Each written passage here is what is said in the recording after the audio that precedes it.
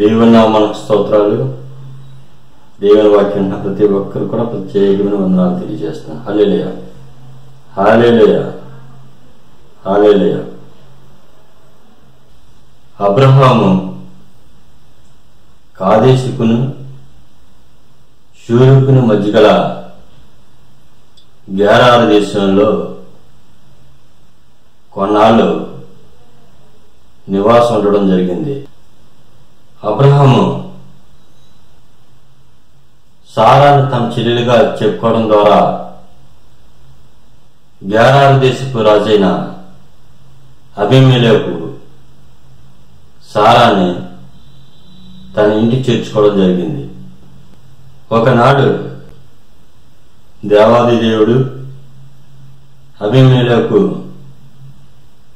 స్వప్నమందు దర్శనమిచ్చి, నీవు ఇంట చేర్చుకున్న స్త్రీ ఒక పురుషునకు భార్య గనక ఆమె నిమిత్తము నీవు చచ్చినవాడవని తెలపగా, అబీమెలెకు నేను యథార్థ హృదయంతో ఉంటినని ఆ స్వప్నంలో ప్రభువుకు తెలియజేయడం జరిగింది.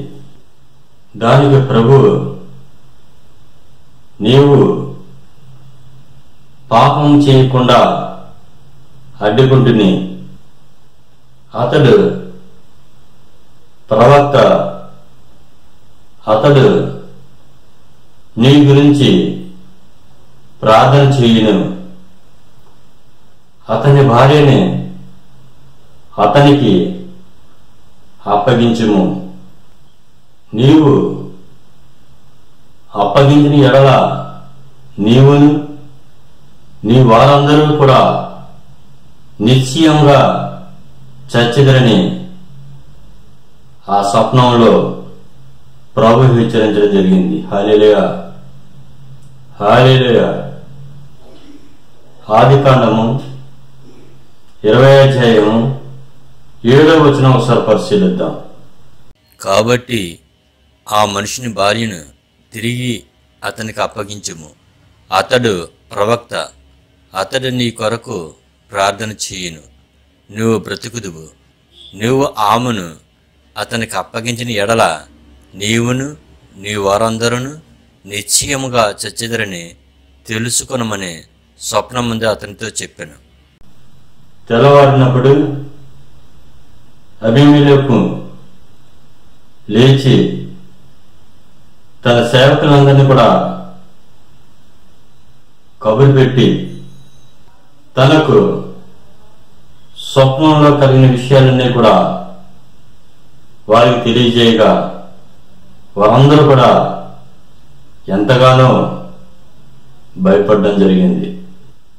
వెంటనే తన పరివారంతో అబ్రహాముని కబురు పెట్టి అబ్రహాముతో, నీవును నా మీద నా రాజ్యం మీద మహాపాతకము తెప్పించినట్లుగా నేను నీ ఎడల చేసిన పాపమేటిని అబ్రహాం నడవడం జరిగింది. దానికి అబ్రహాము, నా భార్యను బట్టి నన్ను చంపుదురని అనుకుంటుని, మేము పోవు ప్రతి స్థలమునందున నీవు సోదరుడని నన్ను గూర్చి చెప్పమని సారాతో అబ్రహాం చెప్పినట్లుగా తెలియచేయడం జరిగింది. దానికి ఆ మహారాజు అబీమెలెకు అబ్రహాముకు సారాను అప్పగించి, దాంతోపాటు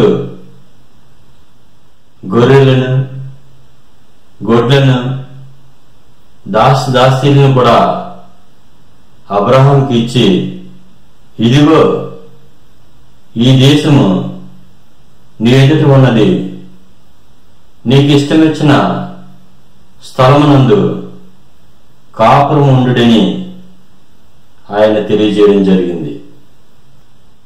అంతేకాకుండా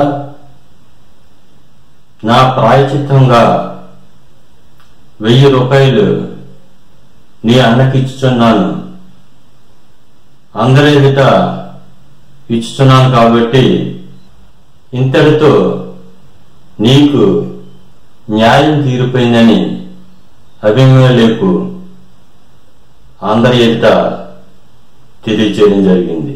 ఆదికాండము 20వ అధ్యాయం 14-15 వచనాలు ఒకసారి పరిశీలిద్దాం. అబీమెలెకు గొర్రెలను గొడ్లను దాసి జనములను రప్పించి అబ్రహాంకిచ్చి అతని భార్య అయిన సారాను అతనికి తిరిగి అప్పగించెను. అప్పుడు అబీమెలెకు, ఇదిగో నా దేశము నీ ఎదుట నున్నది, నీకిష్టమైన స్థలమందు కాపురముండుమనెను. దేవాది దేవుడు అబ్రహాంకు తెలియజేసినట్లుగానే నిర్ణయ కాలమందు సారా గర్భవతి ఒక కుమారుని కని అతనికి ఇస్సాకు అని పేరు పెట్టడం జరిగింది. అయితే అబ్రహాము దేవుని నిబంధన ప్రకారం ఆజ్ఞాపించిన విధంగా ఇస్సాకు 8వ దినమునే సన్నద్ధి చేయించడం జరిగింది. అబ్రహాము ఇస్సాకు పుట్టినప్పటికీ 100 సంవత్సరాల వయసు గల వాడే అన్నాడు. అదేవిధంగా ఇస్సాకు పాలు విడిచిన వెంటనే గొప్ప విందు ఏర్పాటు చేయడం కూడా జరిగింది. ఇదిలా ఉండగా ఒకనాడు సారా అబ్రహాంతో, దాసి కుమారుడు నా కుమారుడితో సమానంగా వారసుడు కానేరడు కాబట్టి వారిని ఇంట నుండి వెళ్ళగొట్టమని అబ్రహాంకు తెలియజేయడం జరిగింది. ఆ మాటకు అబ్రహాము బహు దుఃఖం గలవాడై ఉండగా దేవుని వాక్కు అబ్రహాంకి ప్రత్యక్షమై, ఆ చిన్నవాడిని బట్టి దాసిని బట్టి నీవు దుఃఖపడకు, దాసి కుమారుడు కూడా నీ సంతానమే, నేను అతనిని బహుజనముగా చేసేదను అని దేవుని వాక్కు అబ్రహాంకు తెలియజేయగా అబ్రహాం లేచి ఆ చిన్నవాణిని ఆ దాసిని ఇంట నుండి పంపించి వేయడం జరిగింది. ఆదికాండం 21వ అధ్యాయం 13వ వచనం ఒకసారి పరిశీలిద్దాం. అయినను ఈ దాసి కుమారుడును నీ సంతానమే గనుక అతని కూడా ఒక జనముగా చేసేదనని అబ్రహాంతో చెప్పాను. దాసి అయిన హగరు ఆ చిన్నవానితో సహా బయలుదేరి బెయేర్షెబా అను అరణ్య ప్రాంతానికి చేరుకునేటప్పటికీ ఆ ప్రాంతంలో కూడా తన వెంట తెచ్చుకున్న మంచినీటి తిత్తులో నీరంతా కూడా అయిపోవడం మూలంగా తాను దప్పిక చెంది చిన్నవాణిని ఒక పొద క్రింద పాడవేసి పిల్లవాని చావు నేను చూడలేనని బహు దుఃఖంతో ఆ ప్రాంతంలో ఎలుగెత్తి ఏడవసాగింది. దేవుని వాక్కు హగరుకు ప్రత్యక్షమై భయపడకమని తెలియజేసి, నీవు లేచి చిన్నవాణిని లేవనెత్తి పట్టుకునమని వాణిని గొప్ప జనముగా చేసిన అనగా ఆమె లేచి కన్నెత్తి చూడగా ఎదురుగా నీళ్ళ ఓట కనిపించగానే నీళ్ళెత్తి నింపుకుని పిల్లవానికి త్రాగనివ్వడం జరిగింది. ఆ చిన్నవానికి దేవుడు తోడై ఉన్నందున అరణ్యంలో కాపురం ఉండగా ఆ చిన్నవాడు విలుకాడు అవడం జరిగింది. అతడు పారాను అను అరణ్యంలో ఉన్నప్పుడు అతని తల్లి ఐగుప్తు దేశం నుండి ఒక స్త్రీని తీసుకుని వచ్చి అతనికి వివాహం చేయడం జరిగింది. హల్లెలూయా, హల్లెలూయా. ఆదికాండము 21వ అధ్యాయం 17-18 వచనాలు ఒకసారి పరిశీలిద్దాం. దేవుడు ఆ చిన్నవాని మొరను వినెను. అప్పుడు దేవుని దూత ఆకాశం నుండి హగరును పిలిచి, హగరు, నీకేమి వచ్చినది? భయపడకము. ఆ చిన్నవాడున్న చోటు దేవుడు వాని స్వరము విని ఉన్నాడు. నీవు లేచి ఆ చిన్నవాణిని లేవనెత్తి నీ చేత పట్టుకునుము. వానిని గొప్ప జనముగా చేసేదనని ఆమెతో అనెను. ఒక రోజున అబీమెలెకు అతని సేనాధిపతి ఫికోలు అబ్రహాము వద్దకు వచ్చి, నీవు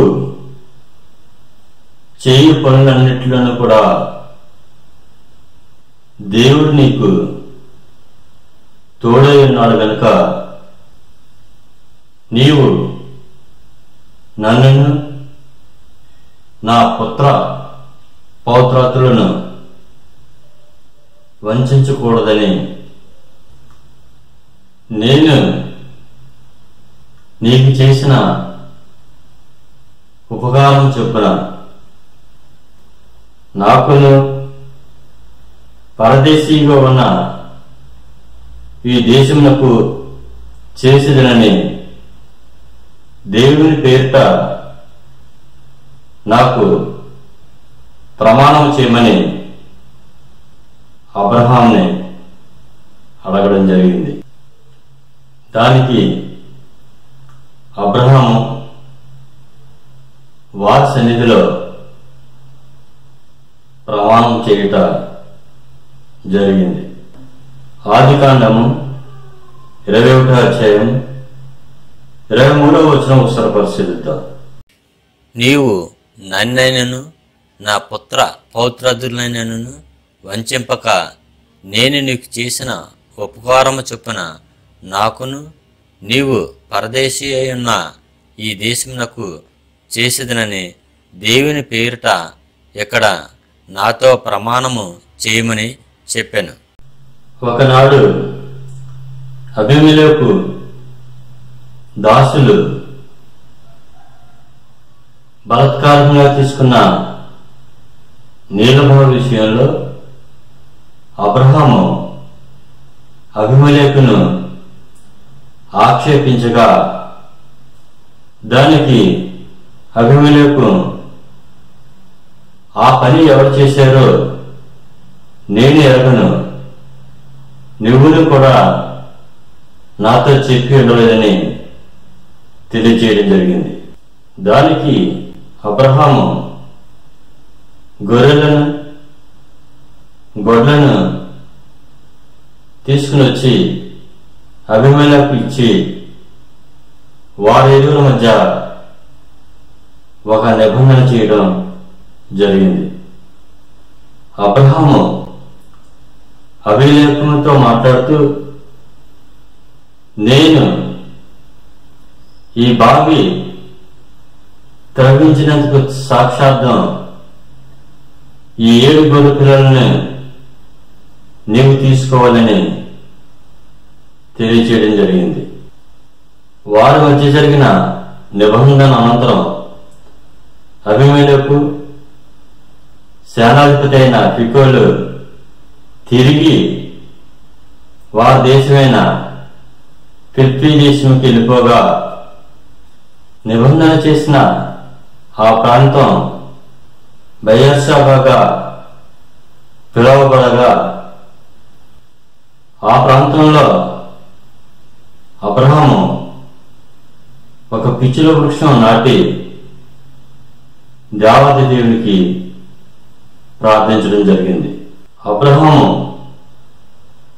బహుకాలం పరదేశీగా ఆ ఫిలిప్పీ దేశంలోనే నివాసం ఉండడం జరిగింది. హల్లెలూయా, హల్లెలూయా. ఆదికాండం 21వ అధ్యాయం 33-34 వచనాలు ఒకసారి పరిశీలిద్దాం. అబ్రహాము బెయేర్షెబాలో ఒక పీచుల వృక్షం నాటి అక్కడ నిత్యదేవుడైన యెహోవా పేరిట ప్రార్థన చేసెను. అబ్రహాము ఫిలిప్పీయుల దేశములో అనేక దినములు పరదేశిగా నుండెను.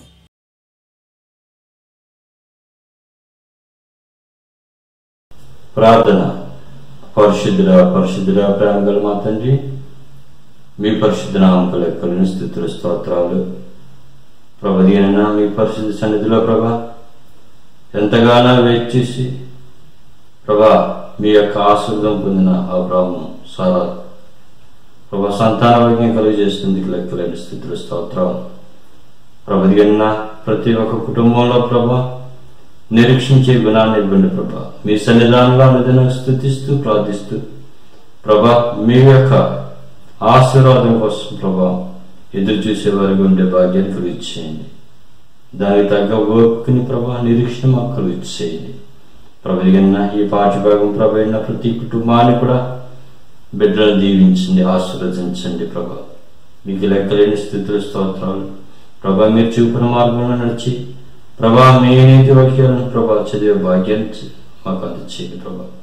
మీరే మా ప్రభా రక్షకులని ప్రతి బిడ్డ కూడా తెలుసుకుని మీ మార్గంలో పయనించే భాగ్యాన్ని తెలియచేయడం కూర్చున్నాను తండ్రి. ప్రభు మరోసారి మీ వాక్యాహారమైన భాగ్యాన్ని కలిగించేయండి. శక్తివంతమైన ప్రభా మీ వాక్యాన్ని విని అర్థం చేసుకుని మీ భాగ్యం మీ యొక్క బాటలో నడిచే భాగ్యాన్ని కలిగించవలసిందే కోరుతూ నజరుడైన యేసుక్రీస్తునామమున కోరి ప్రార్థిస్తున్నాను తండ్రి.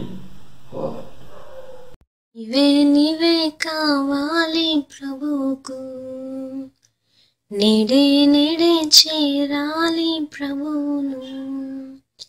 నీవే కావాలి ప్రభువుకు, నేడే చేరాలి ప్రభువును. నీ కాలం కృపకాలం తరిగిపోతుంది, నీ మరణం లోకాంతం తరుముకొస్తుంది. నీ కాలం కృపకాలం తరిగిపోతుంది, నీ మరణం లోకాంతం తరుముకొస్తుంది. నీవే కావాలి ప్రభువుకు, నేడే చేరాలి ప్రభువును. పాపాలతో నీవు పండిపోయినా, ప్రేమించువారు లేక కృంగిపోయినా. పాపాలతో నీవు పండిపోయినా, ప్రేమించువారు లేక కృంగిపోయినా.